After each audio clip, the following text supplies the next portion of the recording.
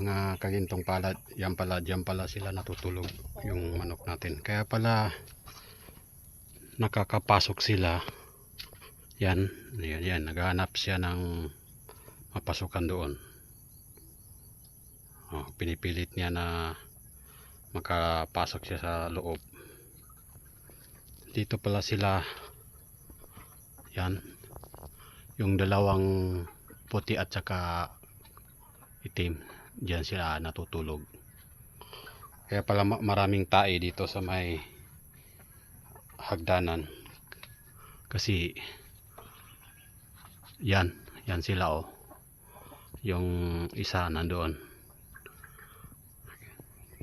Hindi na sila makapasok diyan sa butas na yan, sa taas, kasi sinirado natin para hindi sila magdumi doon sa loob. So yan yung dalawa, yun. Pag nakapasok yan sila, hindi sila makalabas, hindi niya alam kung saan sila lalabas. Kaya kaninang umaga pagdating natin, nasa loob pa sila. So ibig sabihin, nakadalawang araw hindi sila nakalabas, hindi siya nakalabas. Kaya hindi nila alam kung saan sila maglabas. So ayan, naghahanap siya ng mapasukan doon.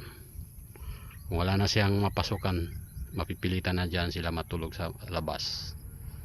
Siguro natatakot na rin mga ka-farmers na papasok sila doon, o pinipilit niyang makapasok doon sa may butas. Tingnan natin kung kakasya ba siya, kakasya yung katawan niya doon. Yan, kasi pag nakapasok yan, hindi na makalabas. Pag pinilit niya yan, posible makakapasok pero hindi siya makalabas. Kaya kaninang umaga pagdating natin, adat natin doon sa loob. Ibig sabihin dalawang araw hindi siya nakakain. Kaya pala gutom na gutom pagdating natin. Okay, kung 3 araw tayo hindi makapunta dito, ibig sabihin 3 araw na rin hindi makakain. Yan, yan, sinasamok niya yung dalawa doon. Yung isa dyan nakapwesto na, dyan matulog. Sobra alas 5 na ng hapon, kaya binabantayan natin kung saan nga sila matutulog.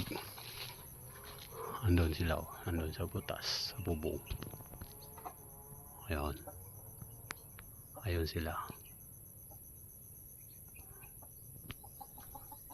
Hindi na sila makapasok. Yun, inaaway niya yung kapatid niya kasi hindi na siya makapasok. Pag hindi niya nakapasok, dyan na yan sila matulog sa may gilid. Maliban lang kung pipilitin nila magpasok. So yun naman po mga ka-farmers, yan ang dahilan kung bakit tayo matagal umuwi. Gusto natin makita kung saan talaga natutulog itong ating mga manok. So may araw na pa natutulog na sila, no? Yan pang araw, taas pang araw. Ibig sabihin pupwesto na sila. Yan, diyan ka na lang matulog. Yan, no? Makulit masyado yung ating lalaki. Yan, dapat dyan na kayo, kaya dyan na kayo ginawaan.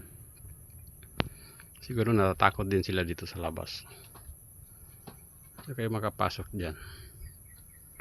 So yan naman po, maraming salamat.